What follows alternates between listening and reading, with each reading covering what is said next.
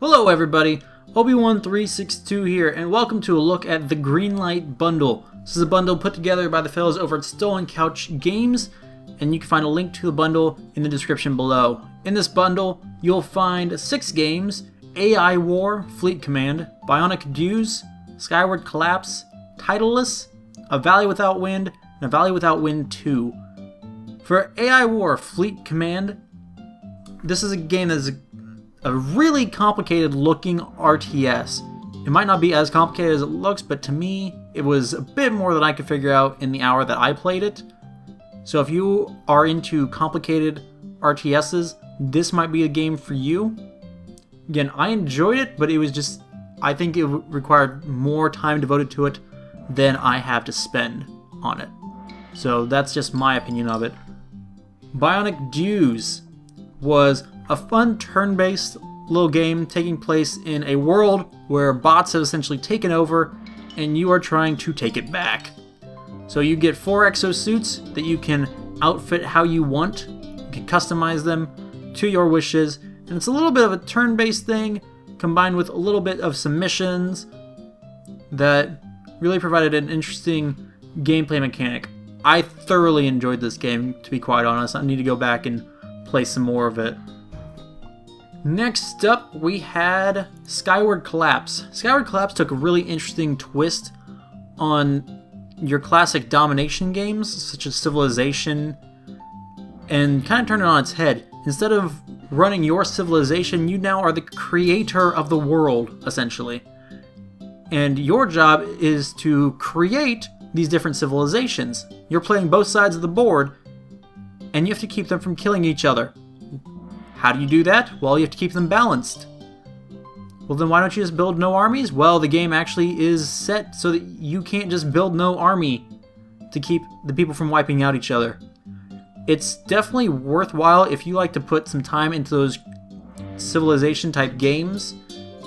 I found it really enjoyable, and I found it to be a fun twist on how those world dominating games usually play. So if that sounds like your kind of thing, you might want to check that out. 4th game in the bundle is Titleist. Titleist is another Bejeweled clone, quite frankly, if I'm going to be perfectly blunt. In this one, your cubes, your gems, whatever, all have arrows on it. And when you click on a gem, it shoots a beam out that follows the arrow's direction. If you hit at least 3 things, then you'll destroy the gems of that color. Your shot can go for 3 spaces, and so there is some variation from this. It's not a pure clone of Bejeweled, but it is one of those kind of games. So if you're not into those kind of games, this is not going to be for you. If you are into those kind of games, then this might be exactly your kind of thing. So that's all about your preference with those. Personally, I wouldn't buy this game, but I'm not a Bejeweled fan or Bejeweled type fan. So that's just my view on it. Second to last, we have A Valley Without Wind. Valley Without Wind is a 2D puzzle platformer, platformer that takes place in a post-apocalyptic world where crystals are protecting you and your settlement, kind of, but you have to go out and do all the work for your settlement and for those crystals. The story's a little weird, but anyway, it was fun. It was definitely fun. You talk about, it's a bit of a survival deal because it's not about if you die, it's about when you die. And so you're trying to keep your people safe while also going out and exploring as much as you have to.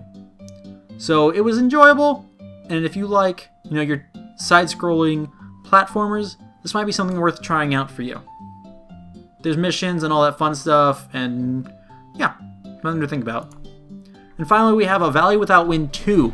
As you can probably guess, this is a sequel to A Valley Without Wind. Gasp. Except this takes place in a completely different area. A Valley Without Wind takes place in a frigid Arctic type area.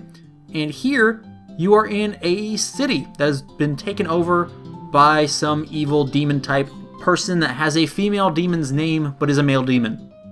Just wanted to clarify that to get started.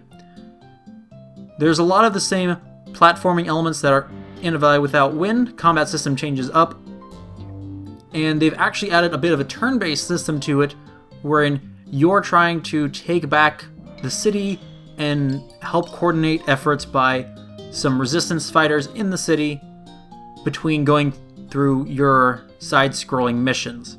So this one was pretty fun, and I enjoyed this one. It was sufficiently different from A Valley Without Wind, so it wasn't just like you were getting two of the same game.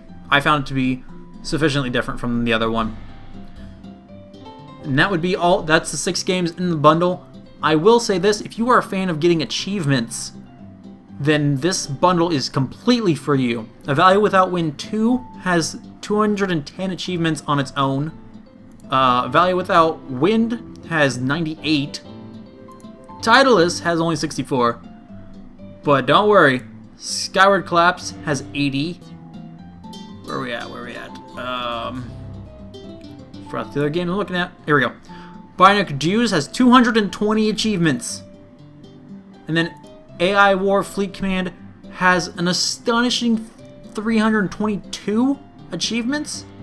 Yeah, so if you like getting achievements, these are for you. If you also like getting the Steam trading cards, all of these games except A Valley Without Wind 2 allow for Steam trading cards to be gotten. But yeah, you can get all 6 of these games for $249 over at thegreenlightbundle.com. There will be a link in the description below. There's also links here if you want to see 1 hour with videos for each of these games. Yeah, so I hope you will check those out if any of those games sounded of any interest to you whatsoever, and maybe you'll find this bundle to be worth your money. Anyway, that'll do it for this. Thank you guys for watching this, and I will see you guys next time when we try something else. Goodbye, y'all.